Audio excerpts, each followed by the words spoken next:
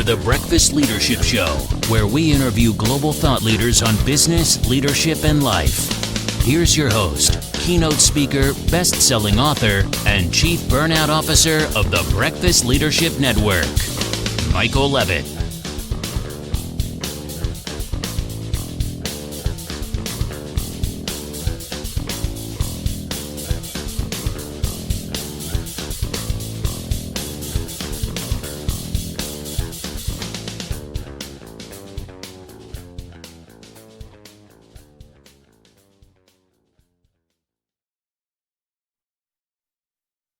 Welcome back. I've got Daryl Black on the line. Daryl, how are you?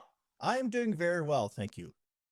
Really good to have you here. And as I kind of alluded to in our pre-show call, or chat a moment ago, is like it's going to sound like we're singing from the same hymn book, but there's going to be, I agree. But, I'm always wanting to get perspectives from other people on different things. So why don't you share a little bit about you, and then we'll jump into the conversation.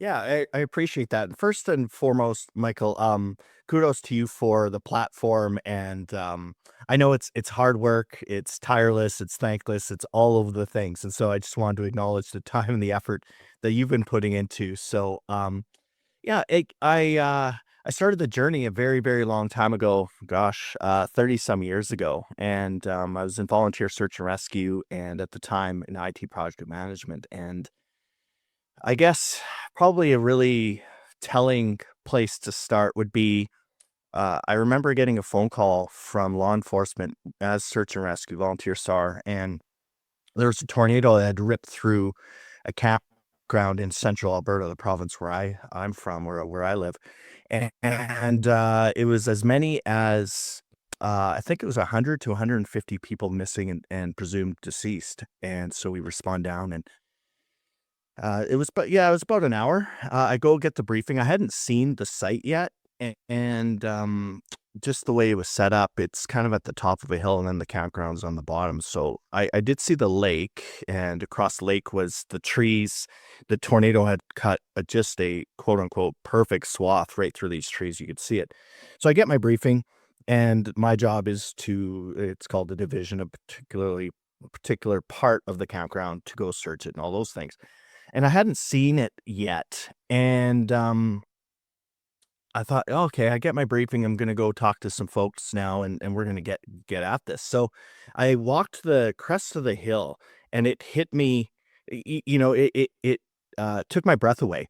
I'm just looking at the destruction, and it was, campground was absolutely devastated, at least a particular part of it, and, I remembered then, or I now remember that it was just the thought of, wow, like this is something. And I took a couple of deep breaths and got to work. And that led me down the path of leadership on a larger scale, on the corporate side and all of that, to really figure out what can I do to rinse and repeat for situations just like this. Because while it's not a tornado, corporations and business and entrepreneurship and public safety are all grappling with the same kind of things, the uncertainty, the stress, the um emotional part of leadership. How do we get a bunch of people moving in the same direction? All of these other things. And so I really doubled down on what does it actually look like to have a process and processes that allow me to rinse and repeat and handle these kinds of things. And here I am all this time later. Well, it's amazing backstory to kind of, lay the foundation for the work that you do today. And as you're talking about that disaster scene, it reminded me, and my parents lived in Florida for over a quarter century, and they moved there shortly after Hurricane Andrew, I believe it was Andrew, that basically destroyed Hollywood, Florida, and other parts of Florida. It was devastating. Nowhere near to what Katrina did, but at the time it was a pretty big deal. And I had spent a little bit of time down there working for an IT and accounting in insurance agency. So, they were obviously, that was a common topic for several years, was, the claims and everything that happened. And I was talking to somebody that was from that area that, the hurricane, caused damage through. And, thankfully their house wasn't damaged. They somehow withstood the storm and Their house still stood, but the surrounding neighborhoods around them, all the way to, and they were like kind of deep within a subdivision. So basically, the storm had pretty much destroyed all the homes, ripped out the street signs. Some of the roads were damaged and things like that. And the homeowner said, for the first couple of days, I had to get my bearings straight to figure out how do I get to the main street, because there were no markers to kind of indicate where to go. And it was this weird, surreal feeling. And I thought about that. And you see storm, damage on the news from time to time. It's, a 30-second clip, and then, they go on to the next story kind of thing. But you look at that and you go, okay, that's so disruptive in so many different it's almost beyond comprehension, the devastation that causes, and the complete upheaval of people's lives. Not just, okay, where are we going to sleep tonight kind of thing, or where are we going to eat, all those kind of things, but their personal belongings, documents, information. And as you said, there's so many synergies to business life and business and the concerns and the worries of organizations. Okay, do we have everything in play? What if we're missing something? What if we get a cyber attack? Okay, what if we have some key personnel quit because they don't find this environment to their liking anymore? There's so many different life stories within business, and you see it and I see it all the time. We try to dehumanize, and I don't say we as you and me personally, but I think a lot of companies try to depersonalize the workplace to the point where they don't want humans. They need obviously humans there because AI hasn't taken over everything yet, but they want humans in there, but they don't want them to be human. And I'd love to hear your thoughts on that. Yeah, that's very, very astute. And in my leadership journey, both as an emergency manager and also a project manager for many years, and now a leadership coach, and I help leaders of leaders grapple with this exact kind of dichotomy, or seemingly a dichotomy of, well, I need to really drive results and outcomes. Um, but they're telling me that I need to be human. I don't understand how I can be vulnerable, empathetic, compassionate, all these other things, and still drive, shareholder value and all those things. Excuse me. And I think our workplaces have changed. I've seen it over the last, like when I started in a leadership game, if you were a new employee or new teammate, you weren't talking for 2 years. You're to be seen, not heard, all of those other things. You don't have an opinion. You're not seen, you're not heard, blah, blah, blah. The list goes on and on.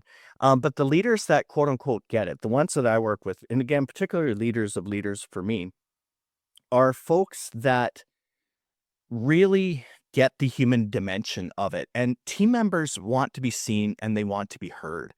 We are all human.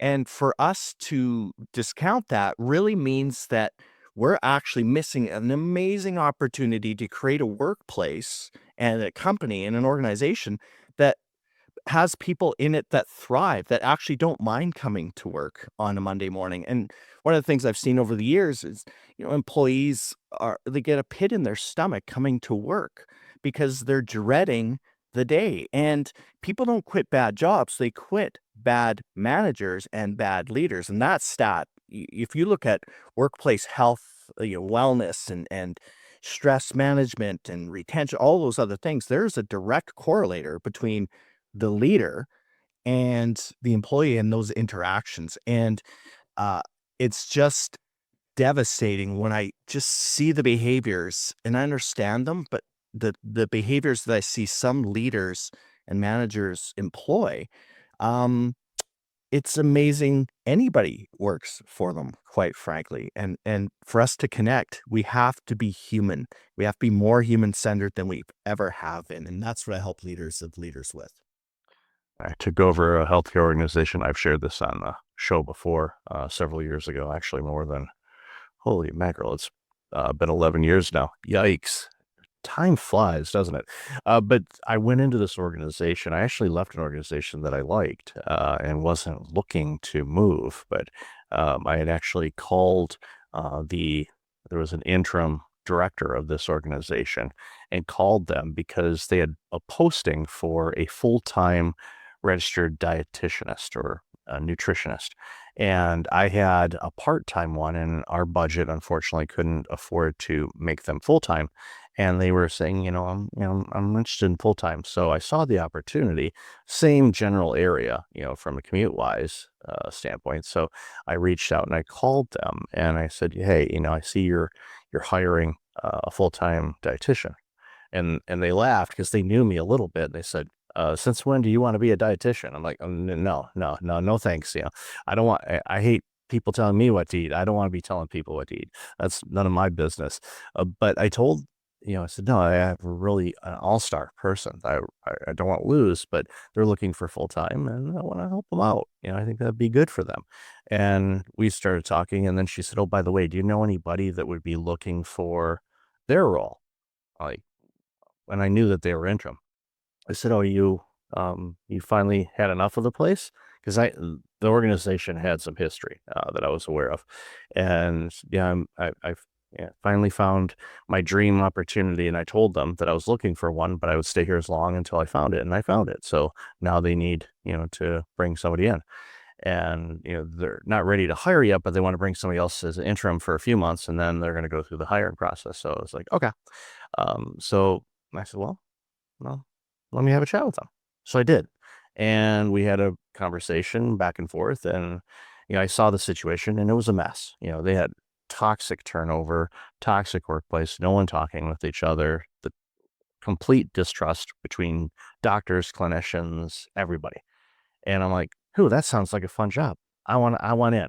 And, a lot of people think I'm crazy. Well, the people that know me know that I am crazy, but I looked at it as an opportunity. So, you know what? I think I might be able to do something here. And I did. And I was there for over 4 years, and turned it around. And when I came in, they were averaging 86% annual turnover. So it's almost 9 out of 10 people every year leaving. And it wasn't a McDonald's. It wasn't a Harvey's. It was a medical center with master's level and above educated personnel that were just going, this place is horrible. I'm out. So after a year of me being there, I reduced that number to 6%. So less than 1 out of 10. And how did I do it? I listened. I went in there, and it was really helpful that I was in as interim, because I framed it that way at first. Maybe I should have, because I wasn't sure I was going to stay with that role or not, because I was still doing some things with the place that I was going to leave. But just in case, it was like, I'm going to keep that one toe in that water there, because if this is really bad, I'm going to go right back into that pool. But I listened. I said, look, if you were in my seat as the interim director of this medical center, what would you do? And they gave me the list. And I looked for the low-lying fruit, got quick board approval, and implemented a bunch of things right away that have been sitting there for years that no one bothered to ask. And I did it, and all of a sudden, that changed the temperature a little bit. And then I started to dig in deeper. Okay, where's the dialogue? Where's the conflict between people? Okay, let's start having some conversations around that and flush that out. Are they going to be uncomfortable? Of course, they will be. But with the end goal of, let's get to at least a state where we can collaborate with each other. May not like each other, at least we can collaborate with each other. And that's, but it was intentional. It's like, how do I, going back to what I said earlier, let's put some humanity into this. And organizations need to do that. And the comment you made, I definitely want to get your feedback on this. The comment you made a moment ago about, I have to be empathetic, but I have to hit these numbers. If you, think of a sports analogy. Okay. We'll talk about the Calgary Flames, for example. We'll pick on them. Okay. You have a coach that believes in their team, supports them, make sure that they have everything they need, the right trainers, they bring in the right coaches. If they need, their own personal goaltender coach, they're like, let's bring them in. We want you to be the best you can be, and we want you to work with somebody that you want to work with to be comfortable. All of a sudden, that player recognizes, hey, they believe in me. They're taking care of me. They're doing this. Okay, wow, they're sending out birthday presents to our spouses. That's like, I was wondering why they wanted the birthday for those people. They just randomly do it out of fun. And you just those little things, it brings back the humanity in it. And all of a sudden it's like that player's going, yeah, you know what? I'm not feeling really good today, but you know what? This team believes in me. So I'm going to suck it up and I'm going to go out there anyway. Because discipline eats motivation for lunch 10 times out of 10. So I was a little bit of a rant, but it was something that came to mind as you were talking about that. But the floor is back to you. I want to hear some of your thoughts on that and some other insights you have to share. I absolutely love what you said on so many levels, because this isn't complicated. And I don't want to sound trite, but in my lived experience with the leaders of leaders that I work with, and I work with leaders and leaders of leaders, typically revenues of $10 million or more, and even a company that's $4.8 billion in revenue, and like at their their executive level and all those other things. And at the end of the day, they grapple with the exact same things that an entrepreneur, a lot of your viewers and listeners would grapple with. It's just scale is different. But one of the key paradigm shifts that leaders, quote unquote, should make is realizing that what got you here won't get you there. And specifically, there are all sorts of things around that: the ability to actively listen and be present, put your phone away, all of the, those things. It's kind of common sense, but it's not that common, unfortunately. And just realizing that you're no longer in the widget business, you're not in the healthcare business, you're not in the engineering business or whatever. You're now in the people business. And people are incredibly difficult to manage at times because they are the variables are infinite of the human experience. And as leaders, a lot of times that makes us uncomfortable. And so as a result, if we don't want to have a quote unquote difficult conversation, or man, I don't want to have conflict, or the other side is, I like conflict, confrontation, we got to get her done, tough love, and all those things. Um, you start to shy away from the things that connect us, the ability to listen, the ability to involvement equals commitment. And I learned a long time ago, and that's where I created my order to chaos framework, is that leadership starts with me. It's actually not the team that is the important part of leadership. It starts with me. So anytime I go into a tornado, a Hurricane Katrina, I was down there for that, a wildfire, an IT project management situation, a contract, whatever that looks like, I realized that it starts with me. How a team interacts with me, how it communicates with me, is actually a reflection on me, not them. And so I realized that three pillars are important to me: self mastery, so getting your mind and body right. Leaders and leaders of leaders have to be incredibly productive, like supercharged productivity using flow states and all those things I talked about in my programming. And then the last part is this leadership piece, which is really the herding cats part of it. And leaders of leaders in particular, but anyone that goes up through the ranks, have to realize that leadership is influence. And if you picture like uh, an archery target, and at the middle is a bullseye, that represents you. Okay, so that's Michael, that's your stressors, your emotional regulation, your health, your physical state, all of those other things, your biases, your beliefs.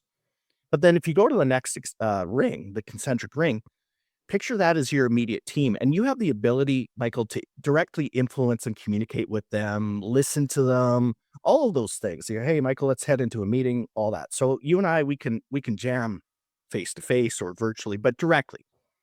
Well, as the concentric circles grow and our organization grows, our ability to directly influence gets greatly diminished. So what do we have to do? We have to be intentional with, how do I now communicate at scale? How do I build a high performing culture at scale? It's not just about my immediate team. Now it's about the entire organization. What does that look like? And those are the things that I help leaders grapple with. And at the end of the day, it's really just being about intentionality and over indexing on the involvement equals commitment piece, and listening to the subject matter experts, paying attention to the read the room, being the last one to speak so that everyone else feels heard. Like, there's just so many things there, but I think it really can come down to, you're you're in the people business as leaders, and people are difficult to manage and deal with. They just are. recognize that. And it's up to you, Michael, to ebb and flow exactly like you did in your interim situation, where it's like, okay, going into a new situation, I'm going to be flexible. I'm not going to be married to any outcome at all. But one thing I am going to do is I'm going to sit and I'm going to hear folks out. And in this case, it's probably the first time anyone's ever heard from them. And operationally, huge advantages, because who knows the tasks the best? Those doing the tasks. Like, that's novel. Well, that's a neat idea. And how many times have you heard in change management? Well, and IT is I was IT project manager. We have a solution looking for a problem all the time. We've spent all this money on software and all this other stuff, and say, hey, we got this thing. We're gonna just kind of wedge it in there, and people are like, hey, I'm the one using it, and no one asked me what I need. And so it's not incredibly complex, but it just takes a lot of intentionality as a leader, for sure. Quoting the late Jim Rohn, it's easy to do, but it's also easy not to do. And yeah, there's a lot of people who just, that do that. And, it is definitely human business. And, going back real quick to that healthcare center, for me, as time went on over the years, and I got to know the people, then I knew, okay, this is, the terms of engagement with these individuals as an individual. That the pharmacist is, pretty laid back, chill, small talk, not a big fan of it. Just, be direct and encourage, where, the mental health workers, you checked in on them a little bit more, because they're dealing with patients. They're dealing with some really heavy things. And as a human, you hear, no, just like when you were talking about, the disaster scenes that you've witnessed, and you have to kind of, check in with yourself, going, you know, this is catastrophic, and your heart goes, and you start feeling bad, and you could be crying with the people as they're, crying over losing all of their things, or maybe loved ones. And it's just using the quote you mentioned a moment ago, read the room. It's like, understand how, they would like to be communicated with, and, be willing to change that, because people change too. And it's, again, it for me, I look at, because I'm a big sports fan. I love sports teams, and I look at teams that win championships, and especially if they're successful for quite a long time. You go, okay, well, what's different about them? What are they doing? Or I mentioned this yesterday in an interview. College sports, college football, college basketball in particular, which get most of the media attention in the States. Every 4 years, you have a complete turnover of your team. Everybody's different. All the players are different. Maybe some of your coaches too. Some coaches may have left and gone to, lead somewhere else, or it wasn't the right fit and they left, or you asked them to leave, whatever.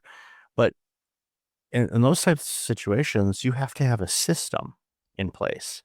And as leaders, you have to figure out what that system is, not only for you, your own operating system, and also what are the system or systems we use in this organization to create the environment for people to thrive, to be the absolute best. Because if you want to hit those KPIs, if you want to hit those metrics, if you want to deliver results, if you want to gain market share, if you invest in your assets, in your equipment, in your people, then you're setting things up for success.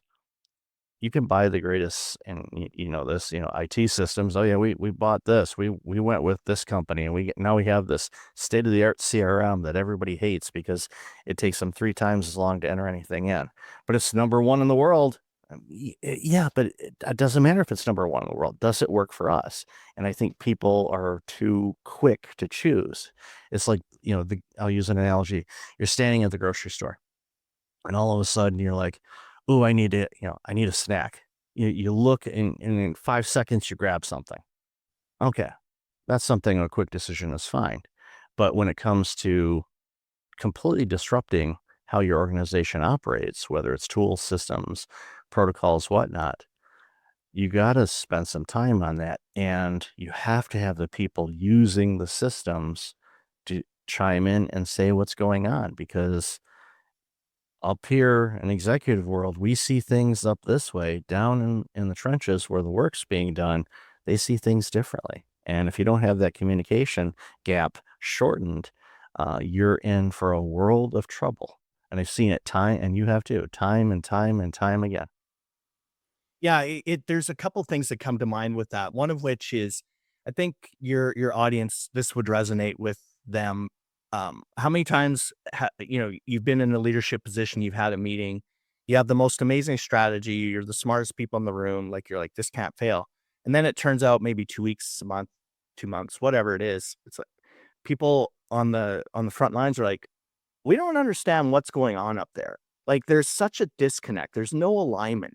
And that's what I spent so much time on with leaders of leaders, is creating that alignment between what's happening in the quote unquote boardroom and on the front lines. And I can tell you, in my years of experience with emergency management, I get to see very, very clearly what works and what doesn't, and how to align, whether it be 5,000 responders for a wildfire, or 12 folks on a project, or 500 people across the country working virtually, all places I've operated in. I'm able to see very, very quickly what works and what doesn't. And again, that goes back to my rinse and repeat, trying to find what are those kind of key leverage points. And if I may offer up a tangible tactic that I teach all the time in my programming, it's called the 1-3-1. And it starts with the fact that folks like autonomy. They want to be respected. They want to be heard. They want to be seen. All of those things that we're talking about here.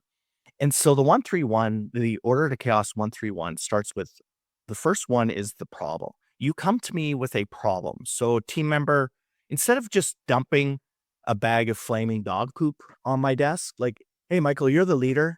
You got to fix this. Like, hold on. Sorry, I don't even know what you're talking about. Well, you're in charge. And so we call that leader upward delegation. Well, that's fine, except you have 10 people on your team all dumping their stuff every day. So the first part is identify the problem, but not just a problem, but scope it out a bit. Do maybe a problem statement. Figure out, what is the impact of this? What's the, why is this a problem? Maybe some root cause, anything like that. So that's the first. And then the second part of it is the three. Come to me with three options, Michael.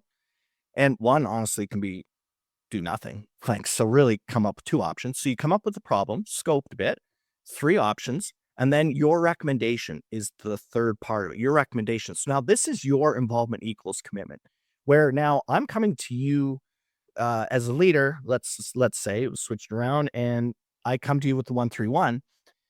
I'm now invested in the solution. I've thought about it. I'm not just brain dumping. And then from the leader's perspective, selfishly, it frees the leader up cognitively to not have to sit there and analyze like crazy. It's much easier for us to look for patterns as leaders, neurologically, say yay or nay. We know cascading events because of our experience. You say, well, if we do that, then this.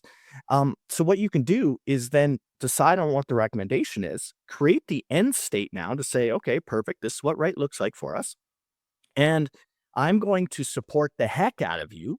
That's the other part. It's not just go do it and then you'll never see me again. I'm going to support you. I'm going to remove barriers, give you resources, all those other things. But here's the catch.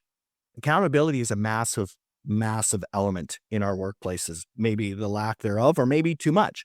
But what this also does is, from a leadership perspective, yes, it lightens my cognitive load, but now you and I have agreed that this is what the option is. This is the recommendation. These are the timelines. This is what right looks like. And now I can hold you accountable to the standard. And as a leader, we are the standard bearers, leaders of leaders. You are the standard bearer. You cannot expect folks on your team to operate differently than what you do. That's hypocritical. It creates dissonance and those kinds of things. So that 1-3-1, I go into a lot more detail in a guide that I'll offer to your audience at the end, but it's incredibly empowering to your team members. It frees you up so much because now I can spend more time doing other things and thinking strategically. And it's something that we can start tomorrow. Like as soon as somebody hears this episode, they can be like, okay, 131. And you just build that as part of your operating system of how we operate as a team. And huge benefits for leaders for sure. I'm a huge advocate for that. I do it on emergency management situations. I do it all in my coaching. I do it in life. All of that. The 131 is a huge concept for us to grasp. Yeah, and once you implement it, the first couple of times it might be a little clunky, but then it allows you to be prepared, both as a leader and as somebody on the front lines, middle management, upper management, executive management. You've done your homework, so you don't just come in and using your analogy and dropping the bag of flaming dog crap on the desk and going, "Hey, fix this." It's like, well, fix what? Other than the burn stain on my desk and the stink that's going to be in this office for a couple of weeks. I know I got to fix that, but what else do I need to fix? What it does is it it forces or encourages, depending on how you look at it, people to think and dig a little deeper into the situation. Because what I've found when I do an exercise like that, when I'm writing something out and mapping it out, then sometimes clarity will kick in and go, yeah, maybe this isn't the biggest problem that I have right now based on some other things. Or I may have just come up with a solution just writing all of this out because things bounce around in here. And this is a junk drawer sometimes. It doesn't do the greatest job of segmenting things. I mean, some things it does great, but the brain sometimes it just has all the information, and they just say use the search bar and find what you're looking for. But sometimes it's like let's get it into a visible thing where we can go, oh, that's why, you see exercises at retreats or coaching sessions, when they'll throw post-it notes on the wall and get everything together. And time again, everybody's like all these different thoughts, and all of a sudden they throw all the notes all over the place. And then the facilitator or, senior leader will start organizing it. Next thing you know, you look at it and you go, the map is clear. I see where we need to go. And everybody goes, wow. Now, the big step is, will they actually implement it? And that's a completely different conversation for another show. But I've really enjoyed this conversation. Where can people find out more about you, the 131, and everything else you're doing? So thank you very much for the opportunity. So a couple of things or a couple of areas. So on Instagram, DDB Leadership, or on LinkedIn. And I'll just ask folks to DM me the word hashtag Team Michael, and you'll get my Order to Chaos principles, my guide. But